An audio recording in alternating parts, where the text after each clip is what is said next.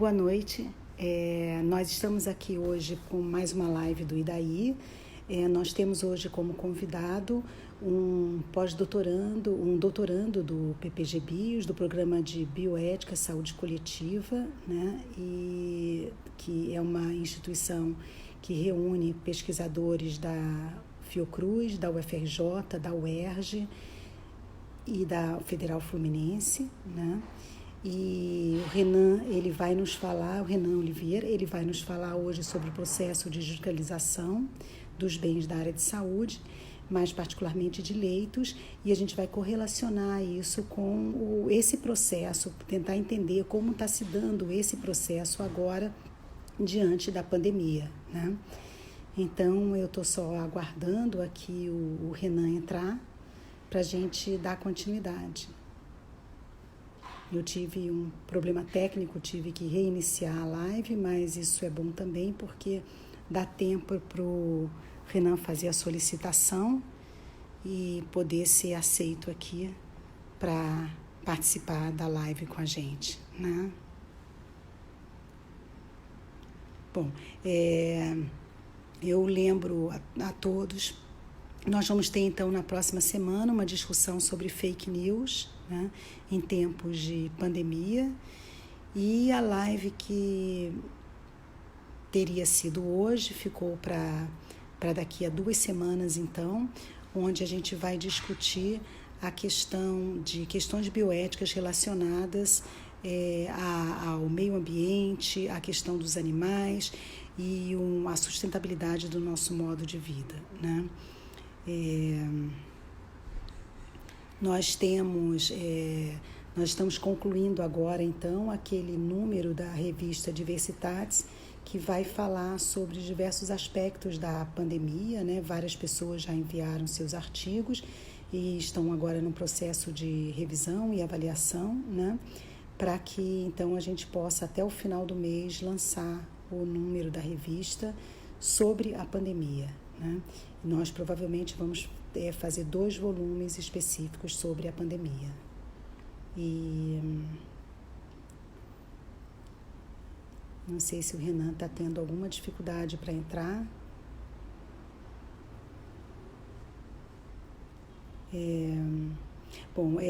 Então, para quem está entrando pela primeira vez, eu vou lembrar vocês o IDAI, um nome, né, que foi gerado a partir do interesse que nós temos em discutir questões que reúnam ética, direito, ecossistema e questões correlatas, né? Então, ele tem como objetivo tentar... Estão pedindo para eu mandar o link pro... mas eu acho que ele sabe. Ele pelo menos me disse que sabia. Ah, tá. Renan, você tem que pedir para entrar. Então, nosso objetivo aqui é discutir esses diversos aspectos da pandemia.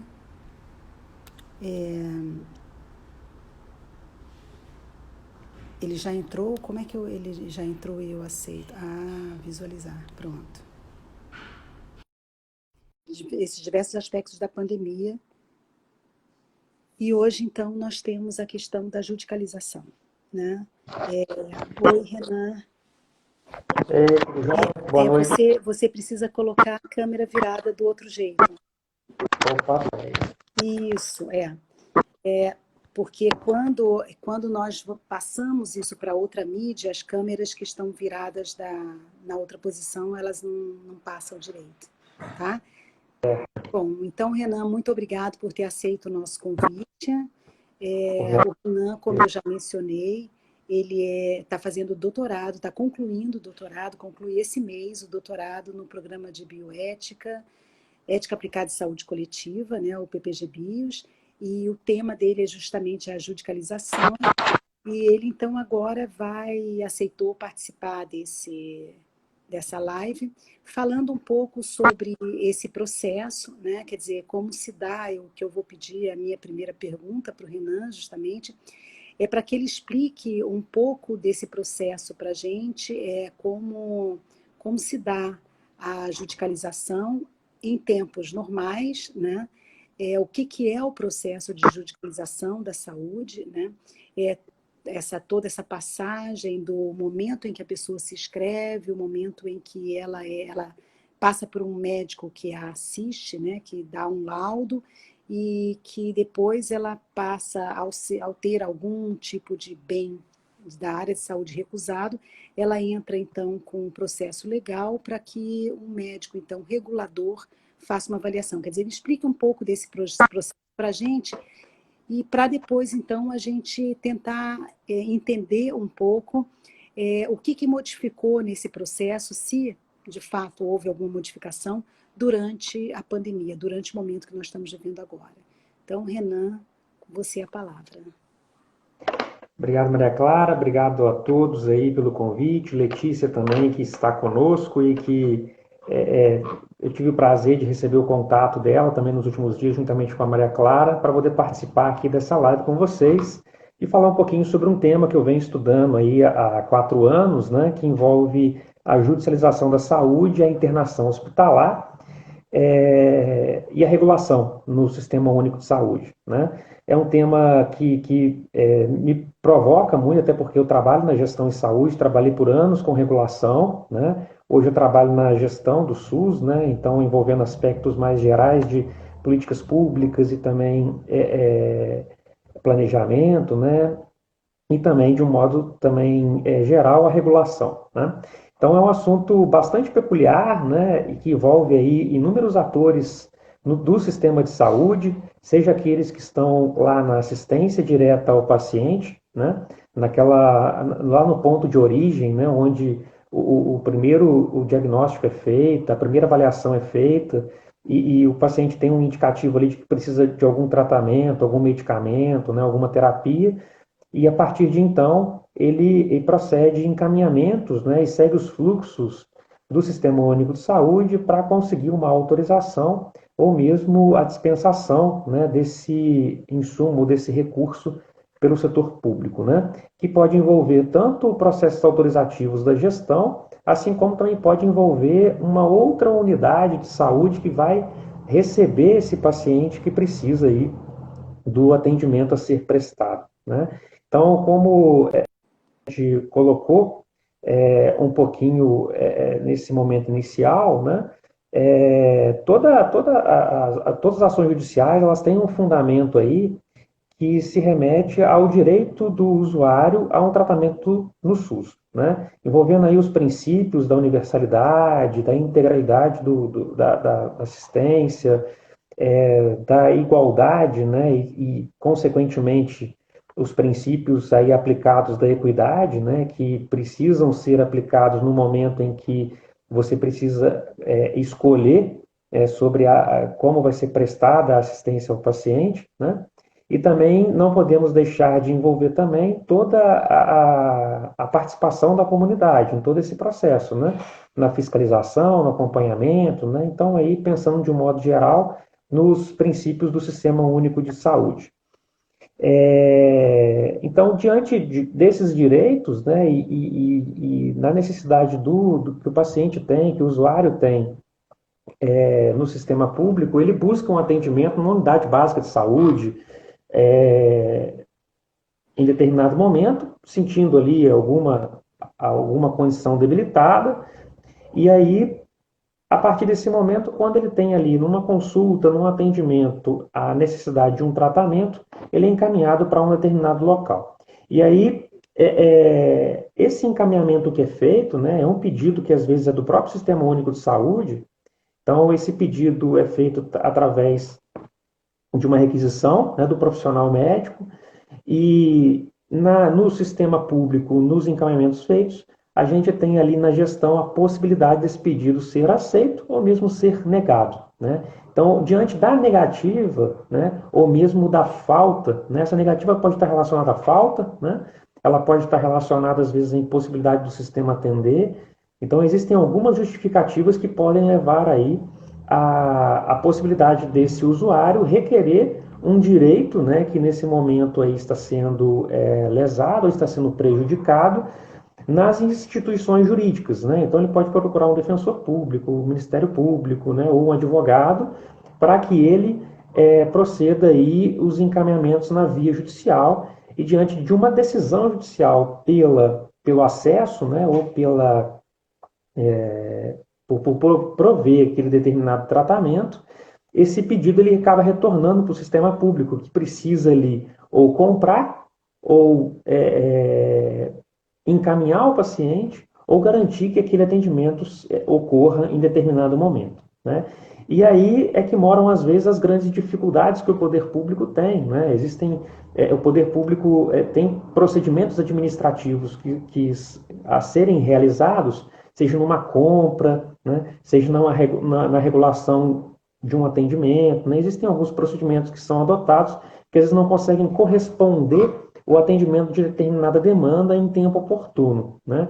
E é dentro dessa dificuldade até mesmo que mora um pouquinho do meu trabalho, né? Da minha tese, que eu trabalhei ao longo desse período, né? Então eu trabalhei em cima da regulação do acesso dos pacientes a um leito do SUS, e que é um tema bastante particular, bastante peculiar, até porque a grande maioria das ações judiciais hoje no Brasil, né, ela envolve a área da assistência farmacêutica, né, então envolve pedidos em cima de medicamentos.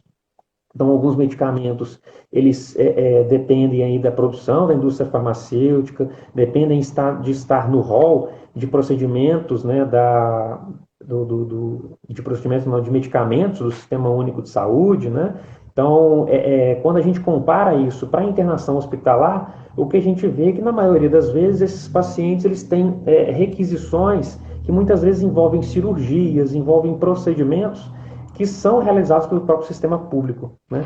E que, na verdade, a grande dificuldade que envolve aí o atendimento é muito mais a escassez, né, de um profissional, a dificuldade de você ter um leito disponível, às vezes a dificuldade de você ter um equipamento para poder prover um diagnóstico em determinado momento e garantir o acesso do paciente, né? Então existem alguns fatores que são diferentes da área de medicamento e que trazem aí toda a particularidade desse trabalho, né, que envolve a regulação do acesso, né? Então, antes da pandemia, a gente tinha aí um cenário que envolvia a judicialização de medicamentos, de consultas especializadas, de internações hospitalares para atendimentos em cirurgias, para regulação de leitos de internação, para regulação de leitos de UTI adulto, né, tipo 2, UTI neonatal, UTI pediátrica, né, e aí o rol de pedidos que envolvem a judicialização da saúde, né? E eu acabei cercando o meu trabalho dentro da regulação do acesso, que né, no segmento de urgência e emergência, a gente precisa prover o atendimento do paciente, seja ele de forma imediata ou mesmo em momento de grande necessidade de oportunidade, né? Então, esse paciente ele tem ali alguma condição clínica e precisa de uma intervenção. Essa intervenção estar relacionada ali a apenas a transferência de um paciente de uma unidade que não tem ali a condição de atender o paciente naquele momento, né, por ser às vezes um hospital de pequeno porte, né, que tem limitações às vezes fáticas dentro do próprio hospital, porque não tem ali um leito cirúrgico, né, um hospital que só tem ali atendimentos clínicos e precisa às vezes transferir um paciente para uma outra unidade hospitalar, né? Então, o meu trabalho envolveu aí o período pré-pandemia, né? Então, eu não cheguei a me envolver com a epidemia, embora o momento em que eu realizei a pesquisa, o estado de Minas Gerais como um todo, e também assim como o Brasil, né, passou pela epidemia da febre amarela, né? Então, ocorreu ali naquele determinado período, e alguns eventos ali a gente teve a oportunidade de perceber como tudo isso se movimenta, né, como tudo isso acontece em momentos de epidemia, né?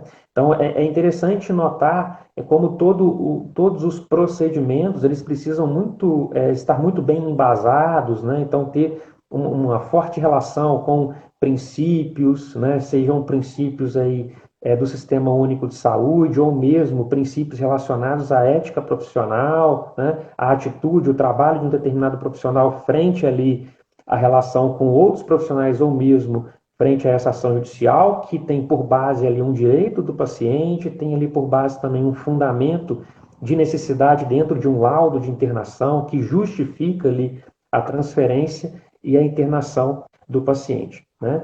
Então, nesse momento da pandemia, o que a gente tem percebido é uma mudança um pouquinho, né? É uma mudança, na verdade, uma particularidade do cenário, né?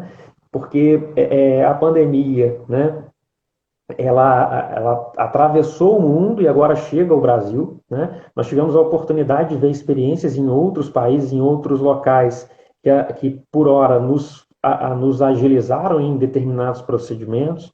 Então, foram adotadas medidas de distanciamento social, né, de isolamento, medidas de contenção, né, e de proteção da sociedade de um modo geral, para poder eliminar aí a possibilidade da propagação do vírus, né? Entretanto, a gente se deparou com algumas situações envolvendo ações judiciais pelos quais estão relacionados aí os direitos individuais e os direitos coletivos, né? Então, embora existam os direitos das pessoas, né, ao tratamento de saúde, ao cuidado, né, nós não podemos esquecer também do dever delas em garantir com que a doença também não se propague, né? Então, uma pessoa que está lá afetada pela doença, uma doença que tem alto poder de disseminação, ela tem uma capacidade de transmissão muito alta, né? E ela se propaga pelo contágio, pela proximidade, né? E algumas medidas de higiene e proteção precisam ser adotadas para que a gente consiga, pelo menos, reduzir o contágio e que esse contágio também não afete aí o sistema de saúde.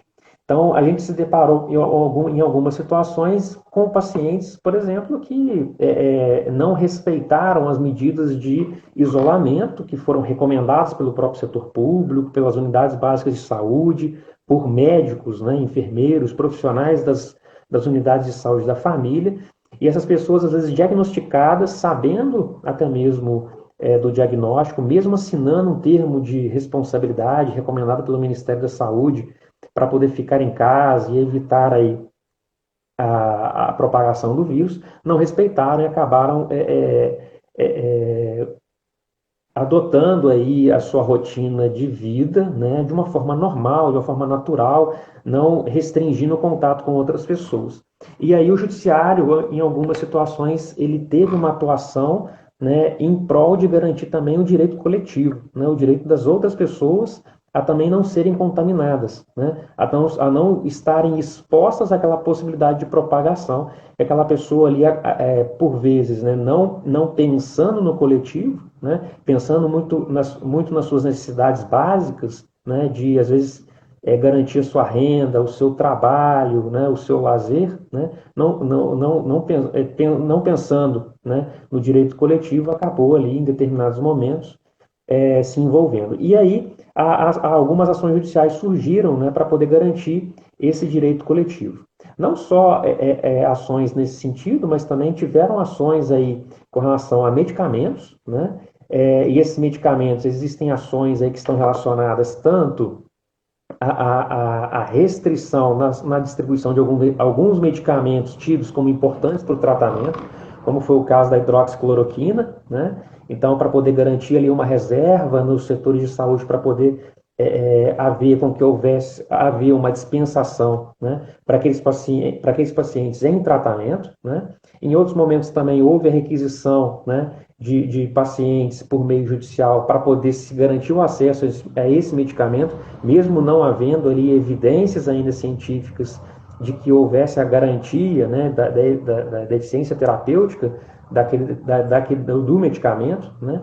Acesso também a leitos de UTI, né? Então algumas ações estão surgindo, né, na verdade, né, e vem aumentando ao longo do tempo com relação ao acesso a leitos de UTI. Então já temos alguns exemplos aqui de alguns estados ou mesmo municípios que passaram por isso, né, e que isso também envolve muito a minha pesquisa, né, que está relacionada aí ao acesso ao leito, né, e no caso da pandemia, né, nesse momento, o leito de UTI é aquele recurso escasso e muitas vezes utilizado nas síndromes respiratórias agudas graves, né, naqueles pacientes que já estão em condição mais crítica, que precisam ali de um suporte ventilatório, que precisam ali de um cuidado continuado por uma equipe especializada de intensivistas, né, sejam eles médicos, enfermeiros, fisioterapeutas, né, e que, por vezes, são raros de se encontrar. Né? Não é em todo hospital que a gente vai ter esse tipo de tratamento, e muitas das vezes esses pacientes eles são regulados para esses hospitais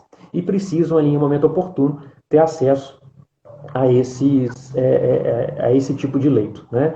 E também nos deparamos com algumas ações judiciais, né, em alguns estados, principalmente estados, né, mas, embora também alguns municípios vivenciaram isso, né, que foi a requisição administrativa feita pelo Ministério da Saúde de aparelhos respiradores, né, que estão envolvidos aí na habilitação e no credenciamento de novos leitos de UTI por todo o Brasil. Né?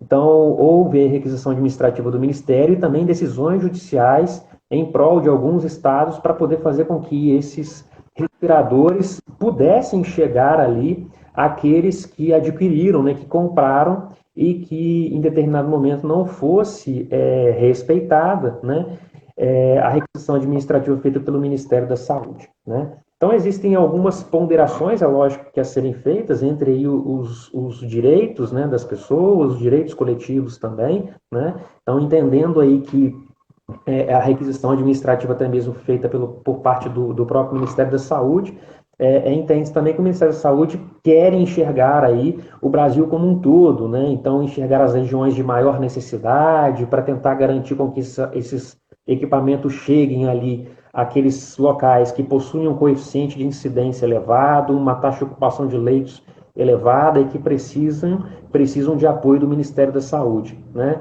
Entretanto, a gente também tem que pensar também no planejamento que é feito pelos estados, né, e pelos municípios em prol de fortalecer a sua rede de serviços de saúde, aumentar ali os leitos a serem disponibilizados e também não sofrerem com uma possível ali, um possível caos, né, em função do pedido, né, elevado por acesso aos leitos, né, de terapia intensiva, que nesse momento aí são fundamentais. E também nos deparamos com algumas ações judiciais de profissionais de saúde. Né? Como toda a crise, né, do Covid, ela atravessou o mundo, né, e aí nós tivemos inúmeros momentos de dificuldade para aquisição de equipamentos de proteção individual, né, que envolve aí a proteção desses profissionais, a garantia da sua saúde, a garantia até mesmo da vida, né, da qualidade de vida desses profissionais em meio ao ambiente do trabalho. Né.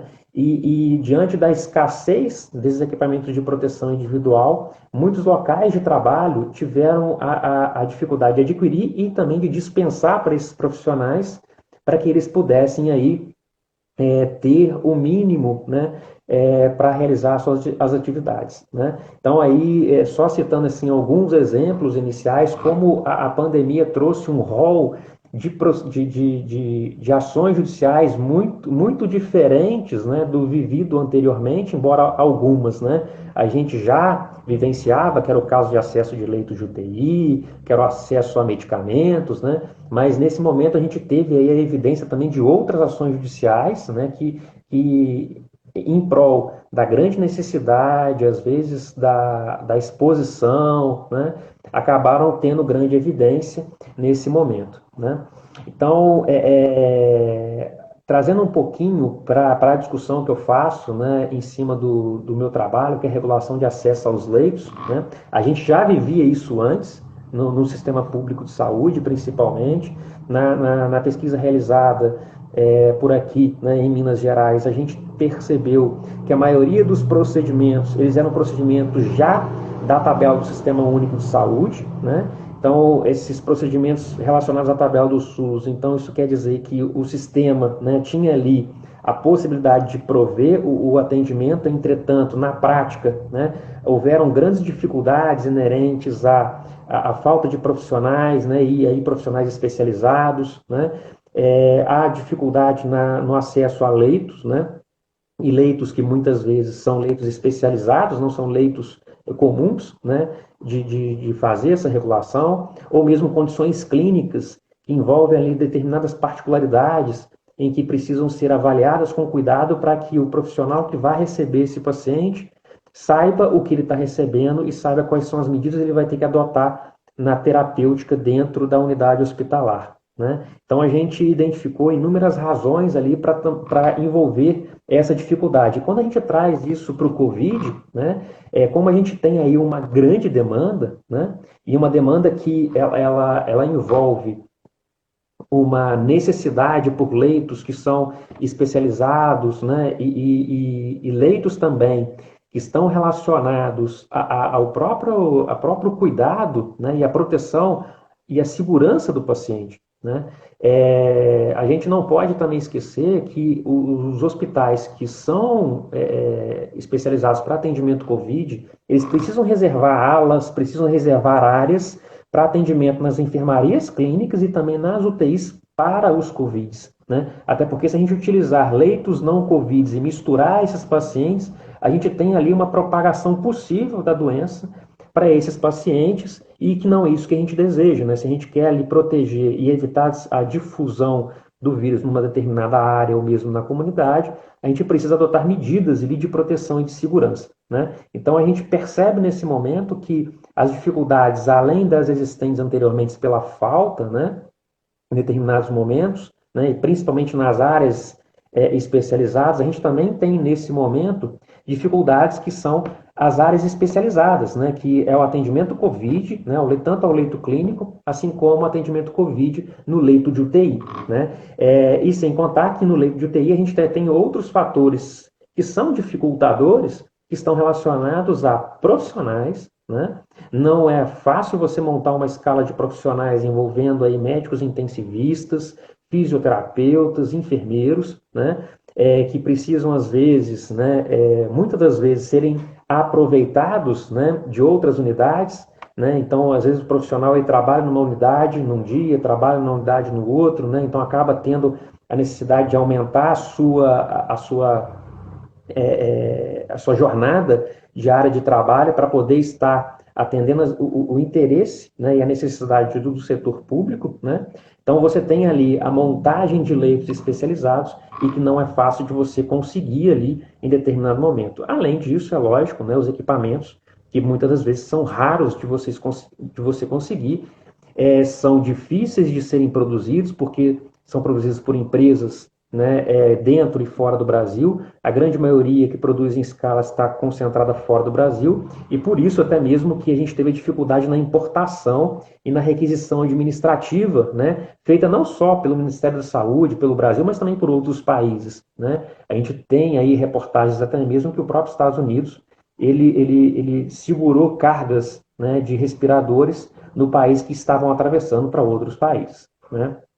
Então, nesse momento, a gente vive também uma situação de grande dificuldade e de possibilidade de haverem ações judiciais nesse sentido para poder garantir o acesso, né, dessas pessoas, né? E aí é importante também que a gente tenha uma baliza, né, principalmente na regulação do acesso, quando a gente fala em filas de espera para esses leitos, e é lógico que quando a gente tem já uma situação mais agravado, né? Então é importante que a gente tenha aí alguns procedimentos, né, ou mesmo alguns princípios muito bem estabelecidos para que a gente consiga, né, fazer com que o acesso dos pacientes ele ocorra para aqueles que tenham necessidade, para aqueles que tenham justificativa de estar em determinado leito, né? Para que a gente também não tenha ali um leito sendo utilizado para um paciente que não tem a necessidade de estar ali, né? E muito se tem dito nesses últimos dias, né, ou mesmo nesse último mês,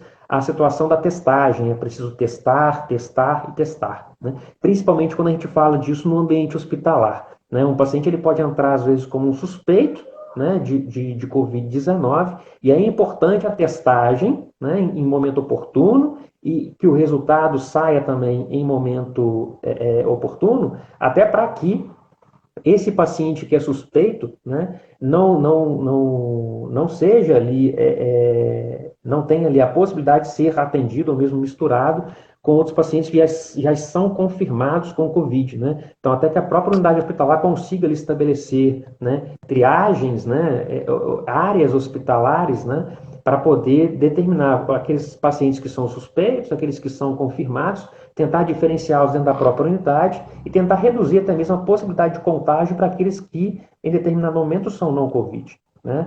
Então, a gente tem aí a questão da testagem, que é algo importante, né? Então, os testes serem realizados, o resultado ser realizado e essa informação ser dada ao paciente, até porque se trata de um direito do paciente a ter informações sobre o diagnóstico de saúde, né?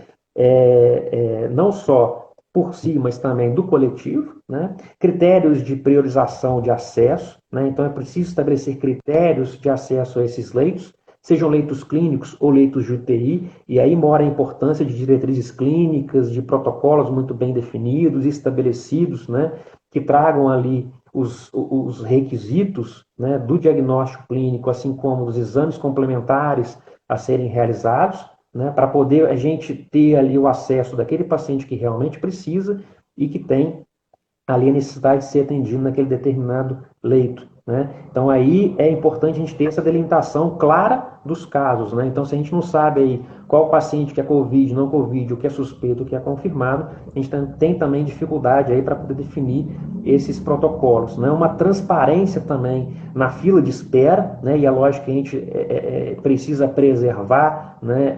O nome das pessoas, né? Reservá-las, né? Até mesmo ao diagnóstico, mas essa transparência ser dada através de protocolos, através de números, para que a gente também tenha a possibilidade de ter um acompanhamento, uma fiscalização, uma melhor regulação, né? E aí não é regulação dentro do próprio sistema de saúde, mas uma regulação da própria sociedade, né? Acompanhando isso, né? Os conselhos de saúde, que são órgãos de fiscalização, têm a oportunidade também de acompanhar isso e também de sugerir mudanças, né? E um outro ponto importante a divulgação, né, a transparência também no mapa de leitos, né, até para que a gente consiga ali saber em determinado momento quais os leitos estão vagos e não só a própria unidade hospitalar, mas o próprio poder público ter a oportunidade e a garantia de se prover o atendimento e o acesso a determinado leito àquele paciente que mais necessita, aquele paciente que está ali na fila de espera, né? Muitas das vezes as ações judiciais têm questionado isso,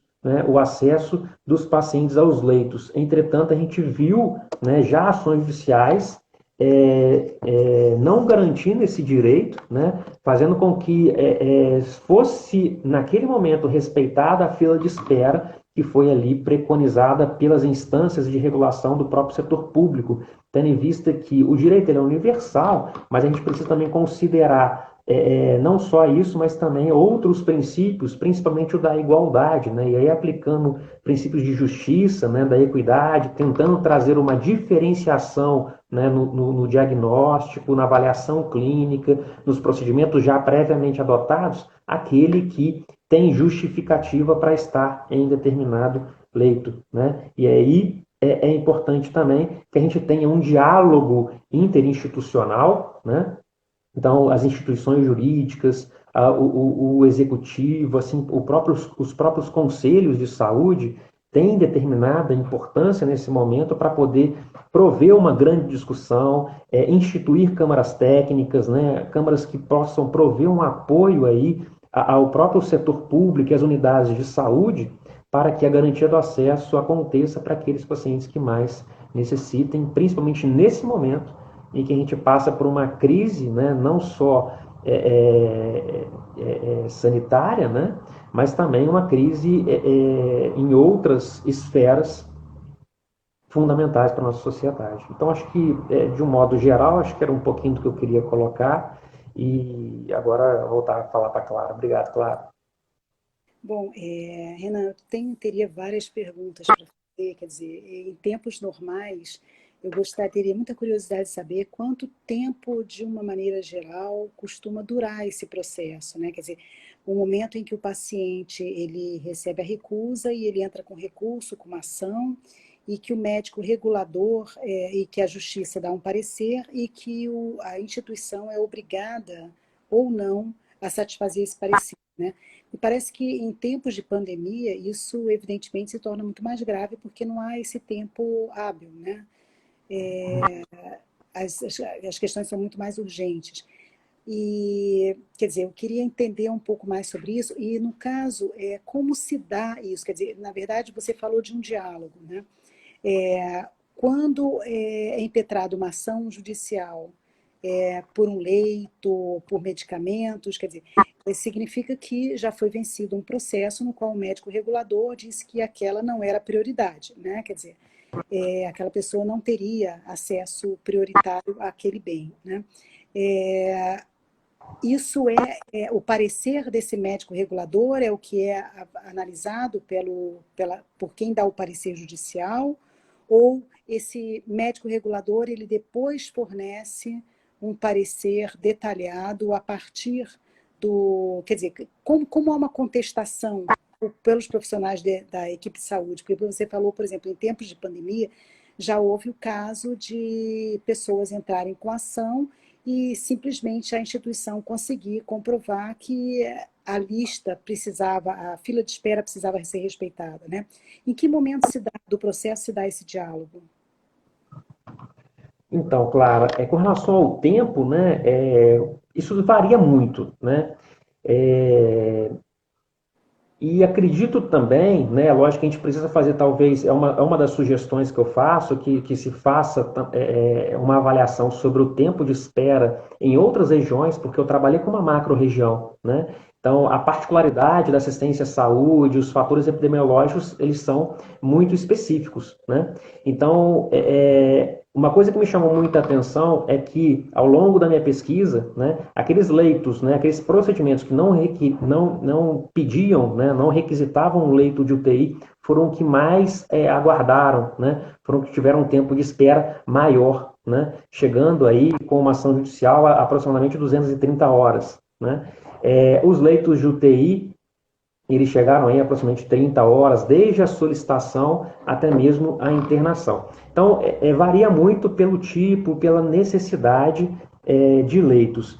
Com relação à gravidade do tempo, nesse momento, é lógico que ela aumenta, né? Até porque a própria Covid, a limitação do sistema público, nesse momento, acaba sendo maior pela especialização e pelo tipo de atendimento. Né? Então, a gente, lógico, não tem ainda uma avaliação desse tempo, né, de espera entre a solicitação e a internação, mas acredita-se que haja, sim, uma grande dificuldade, até porque a gente já passava por isso em um momento anterior. Agora, com relação ao diálogo, né, esse diálogo, essas câmaras técnicas, elas acontecem antes das ações judiciais. Né? Então, são procedimentos administrativos nos quais existe ali uma instância ao qual o pedido é feito previamente, a requisição administrativa é feita previamente, e existem atores, né, que são envolvidos, e aí cada Câmara Técnica tem ali a sua interlocução, os seus atores, né, e trabalham de formas diferentes. Existem várias experiências no Brasil, né, que trabalham com esses núcleos de apoio técnico, né, Câmara Técnica, né, e varia também a própria nomenclatura. Então, eles são procedimentos prévios nos quais ali são avaliados e são ouvidos aqueles que estão relacionados a todo o processo. Então, existe ali uma oitiva do usuário, existe uma oitiva do próprio médico regulador, né?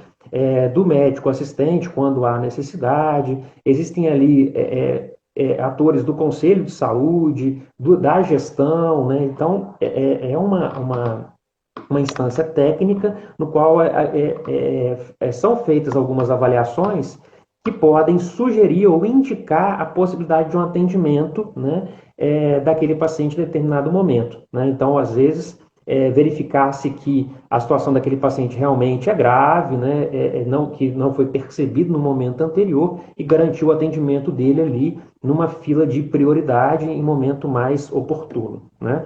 Então, com relação ao trabalho do médico regulador, o que a gente vê é que, pelo menos na experiência que eu tive, é que esse médico ele não é ouvido em momento prévio, né? E também não é ouvido durante o curso da ação judicial. Então, isso fica um pouco preso às procuradorias, né?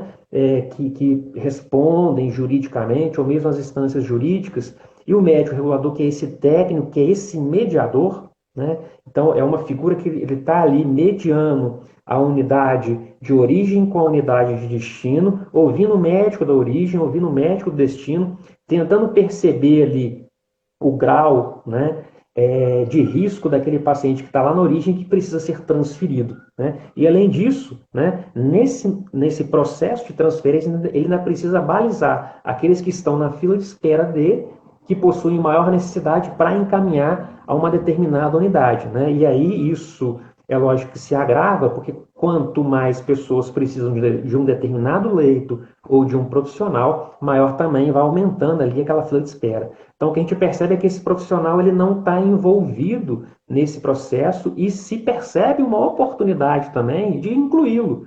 Até porque ele é um profissional que ele não só tem experiência de regulação, mas também, muitas das vezes, tem experiência na assistência. Às vezes ele está envolvido com assistência, né? Ele trabalha, às vezes, em unidades de pronto-socorro, pronto atendimento, hospitais, UTIs, e ele poderia também dar uma contribuição importante e qualificar todo o processo de regulação ao longo do tempo.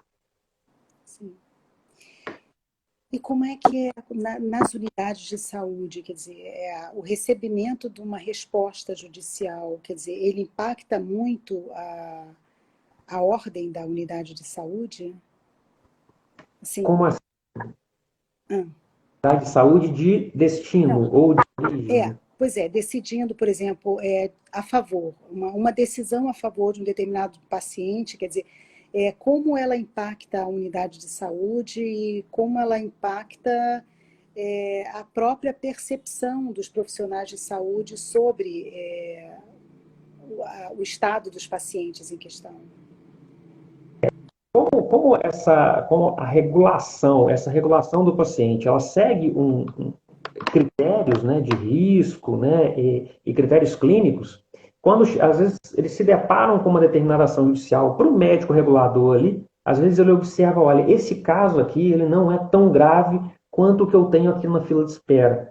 Mas eu preciso garantir um direito, né, que está sendo garantido pelas instâncias jurídicas nesse momento. Então, ele fica numa situação, né, dilemática, ao qual ele tem ali entre aspas, uma pressão que vem da ação judicial, porque para ele é uma pressão, né? Porque ele ainda tem, né, perceptível às vezes o receio dele de que, olha, isso aqui pode trazer um problema para a minha vida pessoal ou para a minha vida profissional. Então, se eu não garantir isso daqui, será que eu vou ser preso? Será que eu vou ter algum outro problema, né?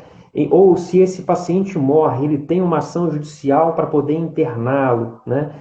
Como que vai ficar depois a minha situação, né? Então a gente percebe que ele tem ali algumas implicações em que ele acaba dentro de todo o processo regulatório, né, em se envolvendo com aquilo e também levando aquilo adiante, tentando promover o acesso daquele pedido que ele recebeu, né? Então aquele pedido ele acaba entrando ali numa disputa, né? O pedido judicial acaba entrando numa disputa com aquelas internações hospitalares que estão ali na fila de espera, né? E aí quando esse pedido ele é encaminhado para a unidade de saúde, né? Essa unidade de saúde tem ali um profissional que avalia também qual paciente ele vai receber, né? E aí, quando ele se depara com a avaliação, né, ele também lê no próprio sistema, né, de regulação que aquele determinado pedido tem uma ação judicial. Então, é possível também, e aí a minha pesquisa já não avançou para o médico assistente da unidade de destino, né? Ela trabalhou em cima do médico regulador, mas é possível também, né, que esse médico ele perceba ali a necessidade do médico regulador e acabe ali aceitando a ação judicial, né? E aí essa baliza entre o critério técnico, né, o clínico e os aspectos jurídicos tem ali uma situação conflituosa e de peso, né, que algumas vezes acabam levando a possibilidade de atendimento para aqueles que entram com ação judicial. Certo. Ô, Renan, olha, muito obrigado.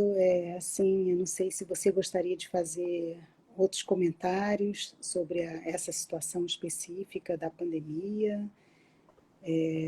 Eu não sei também as perguntas, né? Quer dizer, foram feitas algumas perguntas, só que a gente, na verdade, tem muita dificuldade de conseguir ler, né, as perguntas, porque a gente está assim, com a fala, né?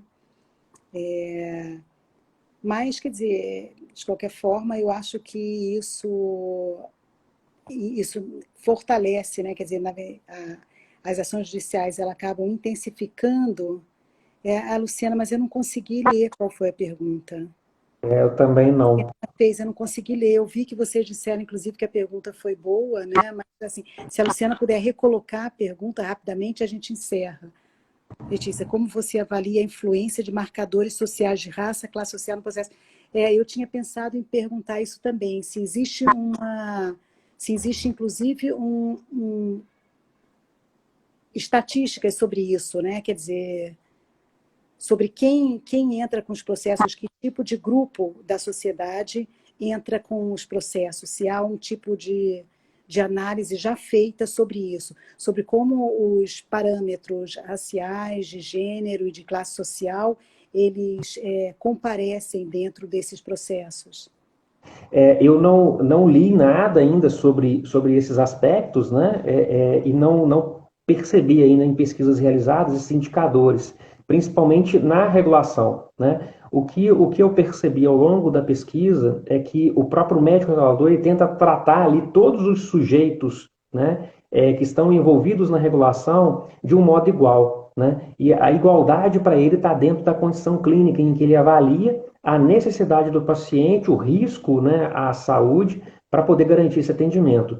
Agora, existem algumas pesquisas que avaliam a renda, né, a renda daqueles que mais entram com ação judicial, né, então existem algumas pesquisas já relacionadas a essas áreas, né, então alguns estados já identificaram que às vezes as classes econômicas mais bem favorecidas são aquelas que conseguem, né, entrar com pedido, né, entrar com uma ação judicial. Entretanto, em outros estados isso não se confirma, né? Então a gente tem estudos realizados em São Paulo, a época em que esse cenário aparecia, mas em outros estados, como Minas Gerais, a gente não percebe esse cenário, né? Mas agora, isso é uma sugestão interessante, da gente tentar perceber alguns marcadores desses, se existe alguma relação com os processos de ação judicial, ou mesmo de regulação. Obrigado aí, Luciana, pela pergunta. E, Clara, você quer que eu faça os apontamentos finais, algumas considerações finais? Sim, se você puder, Renan. E, mais uma vez, eu queria te agradecer. Nada, eu que agradeço, é uma oportunidade assim muito interessante da gente estar trocando essa ideia, né, e difundindo um pouquinho da experiência e do conhecimento que a gente vai adquirindo, seja na academia ou mesmo na vida profissional, né. Eu acho que o que a Covid-19 vem nos ensinando nesse momento é aprender a trabalhar em momentos de grande dificuldade, né? Ela vem nos mostrando indicadores ou mesmo situações que já estão difíceis, né, de atuar no campo da saúde pública aqui no Brasil, e a gente agora vê isso muito evidente, a necessidade até mesmo de melhorias, né? Então, quando a gente fala aí de financiamento da saúde, né, é perceptível o próprio reconhecimento, entre aspas, do Ministério, que talvez a tabela esteja defasada, quando ele publica uma portaria que aplica aí R$ 1.600 numa diária de UTI para atendimento Covid, sendo que ela é 4 vezes maior ao praticado anteriormente, né? Então, a gente vê aí, talvez, alguns ensinamentos, né, alguns demonstrativos de que a gente precisa melhorar muito o sistema público de saúde para poder garantir os princípios, né, do sistema público a toda a nossa população, né, que precisa e que vai precisar do setor público, né, e hoje o que a gente vê é que todos precisam do setor público, né, não só na assistência direta ao paciente, né, independente da pessoa ter um plano de saúde, né, ou poder pagar por um atendimento, mas todas as medidas de orientação, as medidas de proteção, de distanciamento, de ensino, né, e de educação em saúde, são dadas pelo próprio poder público, né? E a gente precisa valorizar muito o nosso sistema, o quanto ele tem a capacidade até mesmo de nos ajudar nesse momento, principalmente que a gente passa por essa grande dificuldade, né? Então, acho que a gente não tem que pensar só mesmo na assistência direta, na consulta, na internação, mas o quanto que esse sistema ele tem uma capilaridade, tem uma importância para todos nós. Bom, muito obrigada e até a próxima semana. Eu vou agora encerrar, né? E a gente pode assistir, continuar assistindo aqui também pelo Instagram e pelo YouTube, tá? Vai ficar gravado, tá? Obrigado, Clara. Um grande abraço para você, né? Obrigado mais uma vez pelo convite e para todos aí. Tá certo. Obrigada.